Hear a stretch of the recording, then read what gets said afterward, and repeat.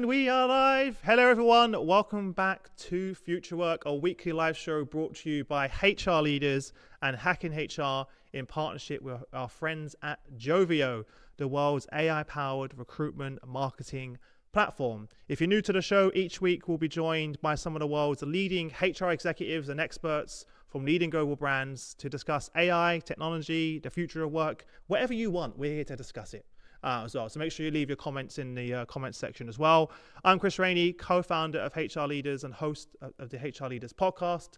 I'm joined as always by my partner in crime, Mr. Matt Burns, who's a former HR executive, global industry analyst, and co-founder and CEO at Atlas Copilot. How are you doing, my friend? That's a mouthful, eh? Seems like the more we talk, the more I add things to my title. Do you know, I took a really deep breath before I got through that introduction. I nearly ran out of oxygen there, but it was good. You got there. So today, everyone, we're going to be talking about how to use, what a surprise, AI to attract and retain world-class talent. And we thought, who are we going to bring in, Matt, to discuss this? And we thought, you know what? We're going to call up our good friend, Horst Gallo, who's the Chief People Officer of Orion Innovation. How are you doing, Horst? I'm good, Chris. Thank you for having me. And hi, Matt. Are you wondering, what have I got myself into? Why did I agree to do this? Well, you know, every single time there's an email from Matt or you, I'm always very, very worried. That's called PTSD, Horst. Yeah. Does Matt go, be honest, does Matt go to your spam folder or your promotions tab? I'm not answering that question. Otherwise, I have problems later on. He drags it to his spam folder. He enjoys it. He doesn't automatically put it there. He waits until it comes in, and he's like, "Goodbye, man." Yeah, goodbye. On a serious note, Horst, how you been? How's everything going? Very good. I think it's an interesting year. Everybody was thinking that this year is going to be the year where a lot of things actually explode and things get better. But somehow it is still similar to last year. Lots of work and business is very tough actually all around it. Yeah. Tell everyone a little bit more about the company if they're not aware of the organization that you work for now. Yes. So Orion Innovation is a digital transformation company. We are headquartered in New Jersey. We are now 6,500 people, operate in 14 countries. And we really work with the major countries, the major companies, enterprises across the globe, doing digital transformation for them. Anything from software development, very deep into it, then app management, web pages, all of these things, which are so important actually for this transformation where we're in today. AI, cloud, of course, key particular areas for us as well, like it is for many other companies. It's interesting then because not only are you doing this internally, but you're also providing this for your customers. So you kind of have to walk the walk if you're doing this for your customers as well.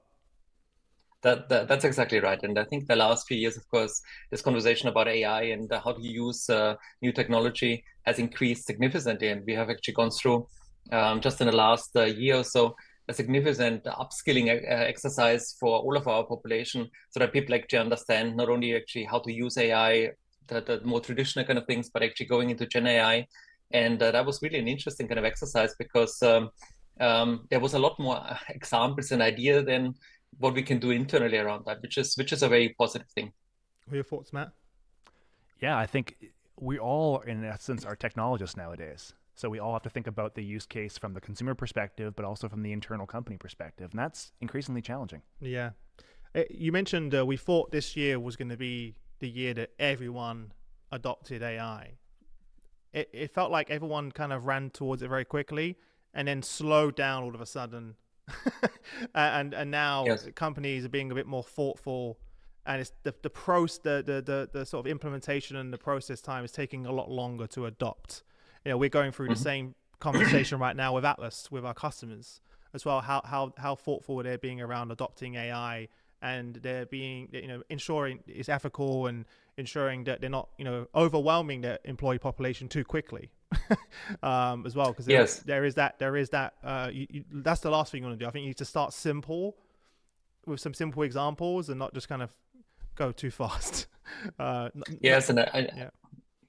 Chris, sorry for interrupting you, but this is an interesting kind of topic because, of course, in the beginning, when people actually starting talking about Gen AI because of GPT, everybody thought like the world is going to change immediately. And of course, you have savings, significant savings around that. But it takes a lot longer actually to implement that in the correct way because there are so many steps needed, and it's a lot harder. And but what is interesting is, I think I was in a conference a few weeks or so ago, and there was a very interesting presentation from Burning Glass. If you don't know him, they are like workforce intelligence data and so around that.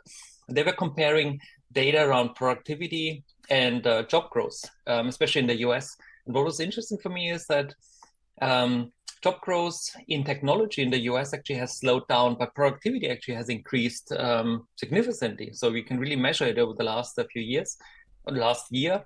And that actually points towards that we're finally seeing some impact, I think, of AI in the early stages, because of course, technology sector, especially in the US, they have really been on the forefront of that. They have hired a lot of people, and that of course has slowed down significantly around it. And I think this is, if this is maybe the right kind of outcome around that, that's great, because we want productivity, not necessarily for all of the things, because jobs, of course, they're important, but they're also then, of course, changing actually going forward. So I thought that was a really interesting data point. And as I love data, I thought I'll repeat that here.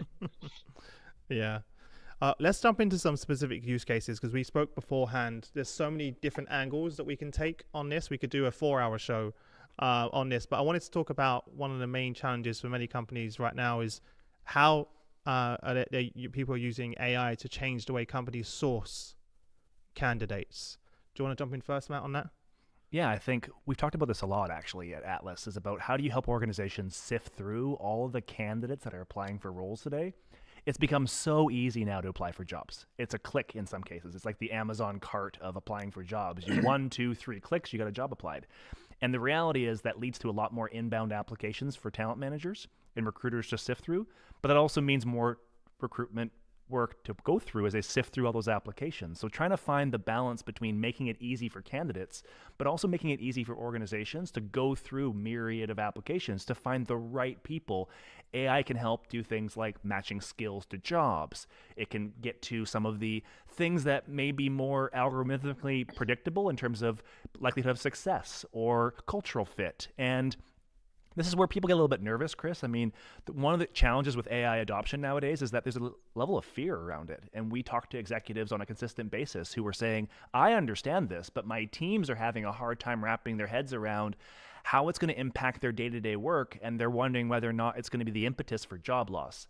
And that's just not bearing out at all. We're seeing actually the opposite. It's empowering. It's empowering rather than replacing. Agreed. You know, we're seeing, for me, I could say AI has just empowered me to spend more time doing value add tasks and spending more time with my people. But you are right. It's interesting though, to your point about how, because it's so easy now, I was speaking to a CHRO global company yesterday. They're having the same one person applying for 20 jobs in the same company. So it's interesting that we created these tools to lessen the admin burden.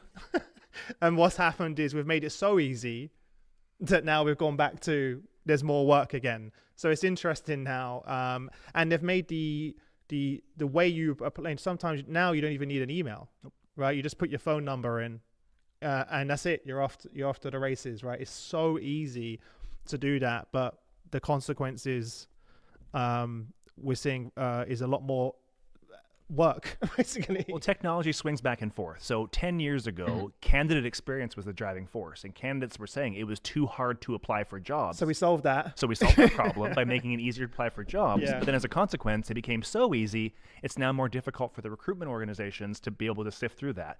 To put things in context, we used to post jobs 10 years ago. We would get tens of thousands of applications, and we had to sift through that manually, having to go through resumes and going. You really enjoyed that, didn't you? It was one of my favorite parts of my job. And my team loved it too. We created like little sprints where we'd actually have to go through and manually sift through job applications, because you want to do right by somebody, because at the time it's people take time to apply, because they wrote their, their reference letter is handwritten back then. Wow. Horst, what are your thoughts? First of all, I'm thinking like Matt is really has a long tenure in work, if he is actually doing that. But he uses just for Matt. I worked in retail, Horst. We didn't have the budgets you got in digital transformation. Yeah, that's true. Yeah. Yes, but you're absolutely right. I think so. Like TA, I think is the area in HR where we actually use AI most. I think then afterwards maybe learning, performance management type of thing because of the things actually what you're talking about. Another data point for me is always like I think Sherm was saying that 90% or so of the HR folks they're using AI now in TA at least for efficiency kind of purposes because of exactly the reason what you're talking about. It is so easy now to apply and you have to go through all of this manual kind of processes around it. And there's plenty of that in the process, not just actually shifting through the applications, but also then of course then looking at all of the admin, scheduling interviews, doing all of the other kind of parts around it. And that's I think where I actually can really help a lot. But Yeah. what's for me interesting is now it's a bit of a battle of AI, right? Because candidates are now using ChatGPT to update their CVs based on the job description what you're having, Or write the and then of entire course now one. Or write the or write the entires. entire one Yeah, exactly, entire one. Yeah. and then of course as a company you need to actually see what's real and what's not real, and everything would match actually 100%. So it's like you need to employ AI to figure out what is real and what is not real around that. So I think it's an interesting time at the moment, but certainly efficiency is one of the key aspects of using AI in TA. I think we have to get towards a better place where we're using this not only for efficiency but really for decision making, or at least helping the decision making process of the recruiter and the manager around that. But that's less used today than actually it should be Yeah. in my mind. It's such a interesting landscape. Like I know a friend of mine who used a tool recently that helps. It's a CV AI CV tool, and one of the things that they offer, which I thought was fascinating, as part of it, is they sort of SEO optimize your CV with the keywords that they know that these platforms, AI platforms, are going to trigger to get. So that's kind of like it's really an unfair advantage, right? When so Yes. like, is it are you then now seeing the best candidates, or are you seeing the best candidates that are really good at using ChatGPT? Well, it's the same question of is the best person who interviews for the job or the best person for the job? We've just put a technology Yes. layer on a so bias that interesting. was always present. Yeah, and he did say that when he updated it, he got like 10 times more results. Yeah. Because all of a sudden his CV was appearing in the right places, right? Which is just, and it was a simple prompt, right? It took a few minutes. So it's fascinating. We'll see how, we spoke about candidate experience. Horst, how have you seen AI help improve the end-to-end candidate experience? Yeah, I think again a lot of the things is to do with efficiency and kind of experience around that, because you have now chatbots starting off from very early time, which is really helping then of course get immediate responses. You can actually have a conversation around that. You can maybe ask questions. Of course, some more personalized communication is also one of the things where you first put in your things and you get recommendations which are much more accurate than it actually used to be. You have the scheduling, of course, which is again an efficiency kind of thing, where you can schedule as a candidate actually things in a very different way. You can reschedule it. That was really a drain in the last few years, especially if you have to do a lot of them with many steps of the interview process around that. But like I said before, I think the candidates also have now this ability even just to use ChatGPT and connect their CV to some of the special applications or job specifications, and then really make the updates on key areas, because it helps you, of course, actually get high up in the stack and being selected more. Then, of course, you still have to do the interviews, but that's an important one. I think this, for me, the important part is when we actually get away or get beyond this efficiency play and really help select the right kind of candidates based on the broader kind of component. Is it a culture fit? Is that kind of thing what the person actually is saying? Does it fit into the environment actually what we're having? That's, I think, the next step. And what I see from some of the conversation is that many companies in the tech space are looking at that, but it's still very challenging, of course, actually to get to that point where you really have value add kind of activities around that. I agree. And I think for me, I look at experience. One of the things that traditionally was very manual was how do you curate an experience for a candidate that didn't feel like you were one of 1,000 applicants? where you put a resume into a black hole, you're praying for a call back. Maybe you get one, you probably don't. And now with AI, we have the opportunity to create some asynchronous communication where the candidate can ask questions about the culture, about the role, about their team, about the work site, among other things. And now that doesn't rely upon a recruiter or a recruitment coordinator or a hiring manager to be in those conversations because time is finite, but rather they can interact with a member of the organization to create a consistent experience so they feel like there's some engagement happening, whether or not they're actually talking to somebody live in the human form. It removes like go for it, Horst, go on. No, I'm just saying, I think even taking that a step further, it doesn't need to be a person, right? Because you have now conversational exactly AI. What I was about to say. Love it. I love it. Keep going. Keep going. Thinking alike. But I think if you have that, then these conversations actually feel a lot more human. But you can do it in different kind of timings around that. You can get the connection around that. And there's now tools actually out there already. I think Paradox is one of them, which is not just a chatbot, which people actually see, but it's really taking you through the whole process, giving advice and counsel, making that part. And that, of course, increases actually the engagement of the employees a lot more because you feel like you're taken serious. And then, of course, actually you're moving a human in between because I think these both things need to work in parallel. Yeah. It's like we're meeting them where they're at, right? And like Matt said, is offering that because, there's loads of research. I saw one recently. If we talk about well-being, for example, I saw some research that said 80% of people would rather talk to a chatbot about their well-being than their manager, which is pretty shocking. Scary. But again, if it's between them talking to an AI but not seeking help, then it's great that they can access those resources and do that, or just ask a simple question whether how many more days holiday do I have, right? Just very simple things, but like we mentioned before, like things like them being recommended jobs. Well, by the way, have you thought about this job we have within our own talent marketplace, for example, as well? We mentioned scheduling tools. There's just so many things that we can do to help candidates along the process and make sure we don't miss the moments that matter. And that's one of the other things that we can do as well, and celebrate moments that us as managers and leaders will just forget about. We're not perfect. We're not always going to remember those things, but we can get nudges to help us. And I love that about, I've got a couple of pieces of technology that nudge me. By the way, next week's is James's birthday, right? Chris, don't forget. So some of those small things that make a big difference as well. One of obviously AI's strengths is ability to analyze large volumes of data. How do you think organizations are going to use AI in the future to make more informed talent decisions? Because there's big implications on using AI to make a decision around your talent.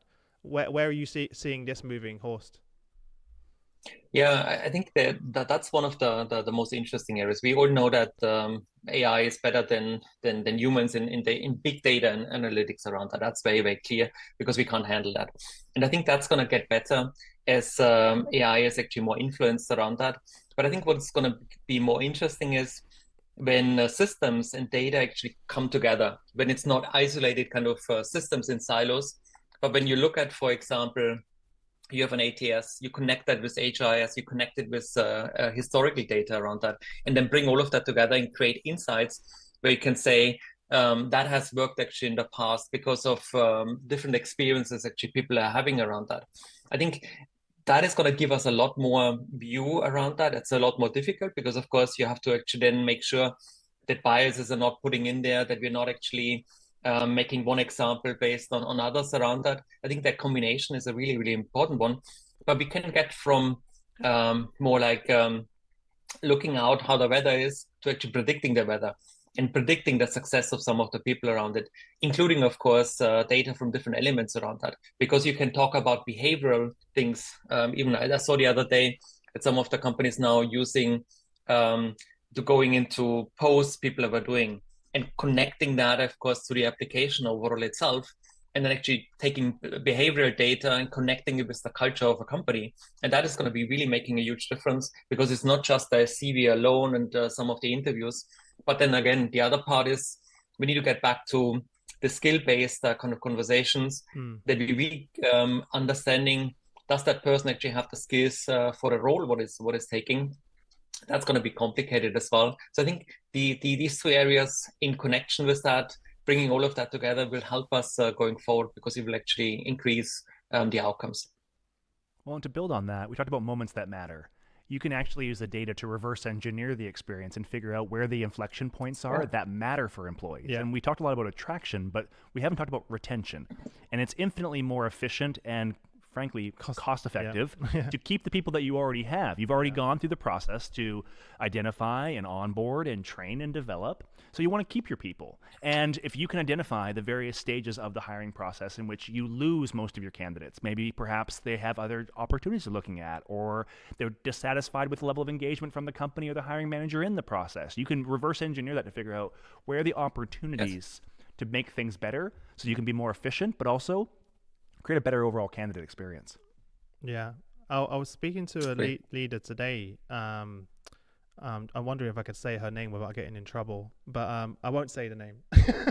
But we was talking about career development conversations and the how important they are, because there's a difference between career conversations and performance reviews, right?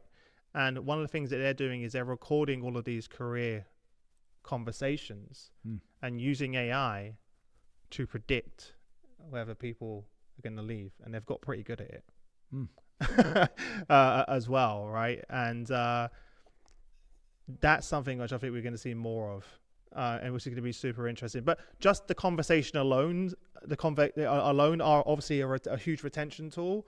Because obviously, most of the time when people walk out the door, most of us realize that that could have been avoided, and normally it's they don't see a development opportunity or a path forward for them. Yep. So that's part of that. But now you add AI on top of that, and the talent marketplace and the economy there, it gets super exciting, because now they're empowered to take charge of their career as well. So I just thought that was super fascinating.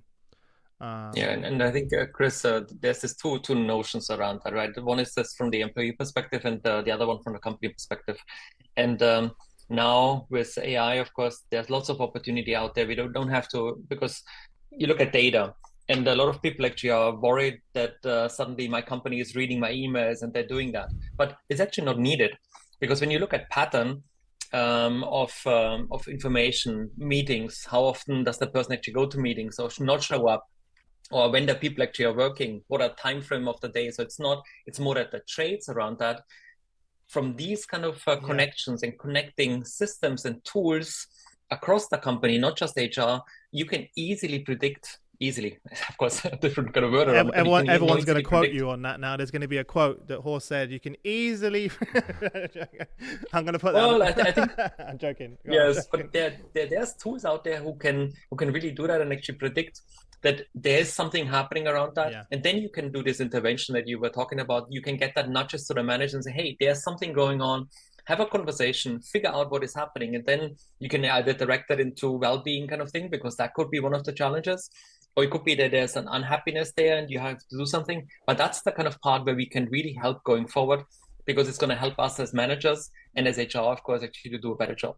Well, and this is where, Horst was teasing me earlier that I've been in HR for a long period of time. He's not wrong, but we've done this for decades. We've looked at things like someone's evaluation score, their current comp rate as it relates to the pay grid, and then their overall satisfaction with their manager and an engagement score. And just those 3 data points alone tells you pretty much all you need to know to understand where people are at in the process. Yeah. If they're underpaid compared to their peers, they're working longer hours, and they don't feel appreciated, that's a pretty good predictor of disengagement and ultimately somebody leaving.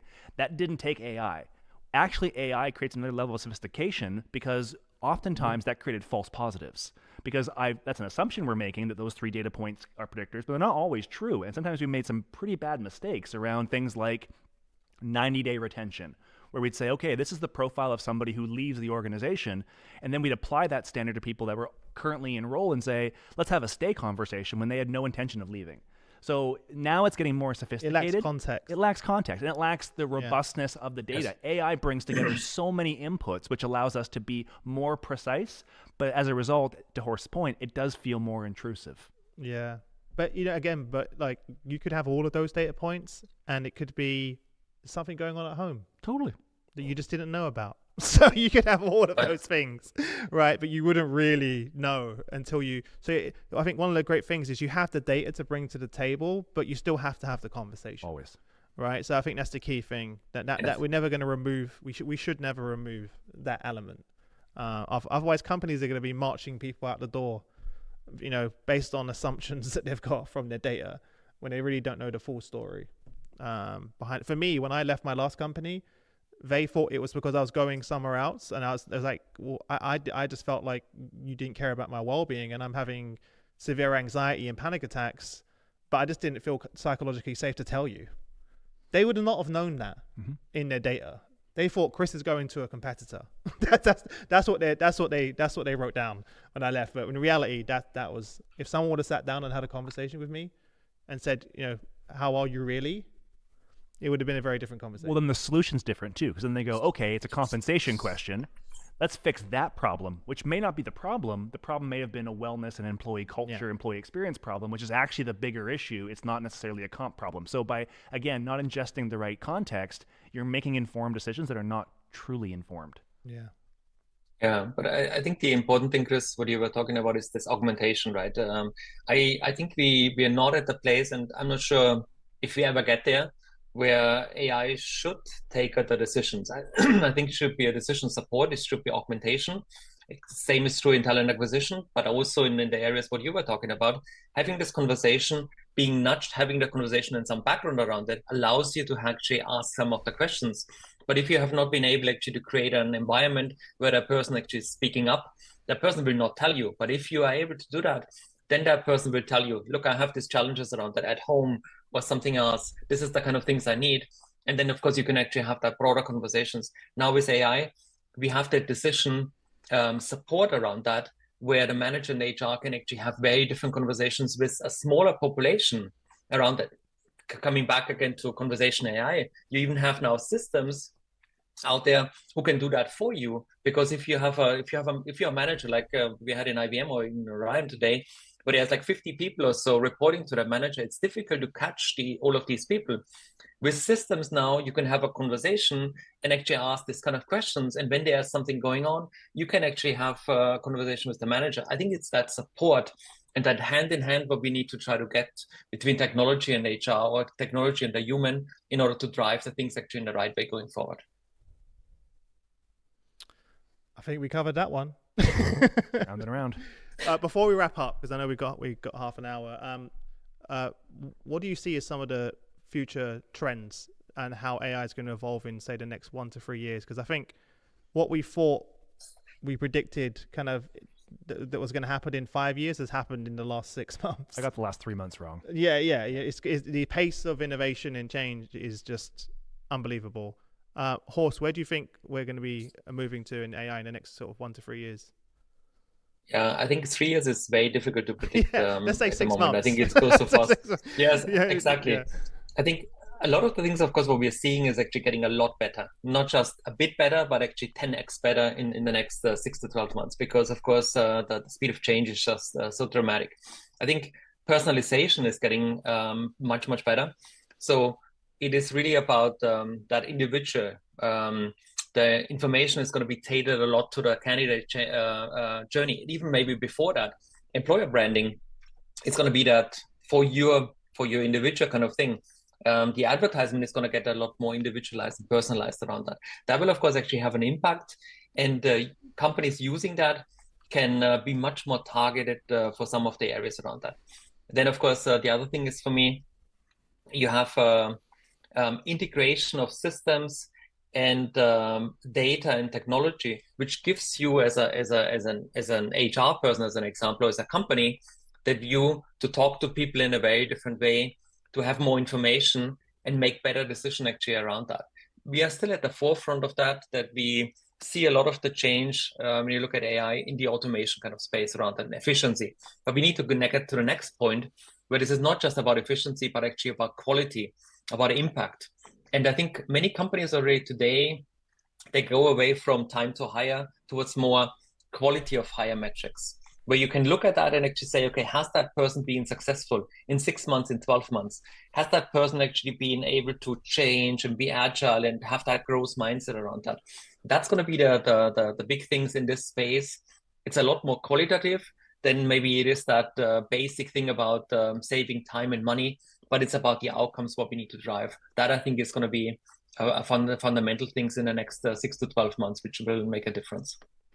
Thanks, Horst. You could have saved some for me and Matt. Yeah, I got nothing left. Yeah, you could have saved some for us, Horst. You covered everything. He's right, though. I mean, first off, integrations. Let's Yeah. talk about Atlas Copilot. When we started this journey in May, going to the public, and we said, we think integrations are going to be a key differentiator. Yeah. And when we talked to our first 100 prospects, they said, keep us away from our technologies. We don't want to integrate. Yeah, they're not. No, they do, but they're not ready. They're not ready. They're not ready. And now every conversation we've had in the last month has been, what are your integrations? Yeah. So that's how fast the market has matured around their comfort. And I think Yeah. for me, what I'm most excited about is agentic capabilities, because AI lives on context. And the reality is most HR professionals, most business professionals in general, are not prompt engineers. So we're putting our best effort into myriad platforms trying to get the best result, but it's the platforms like Atlas that allow for that bidirectionality, that conversational element where it elicits additional points of context and ultimately delivers a better response, because the opportunity cost of not doing that is monumental when you can pull all those insights together and give you that final response. Yeah. The only thing I can add to what you both just said is I think we're going to see more and more now moving towards the models taking actions. Up until now, it's been able to receive information and provide insights. Yes. I think that's kind of sort of level one, to be honest. I think that we're now seeing even Apple, they rolled out Apple Intelligence.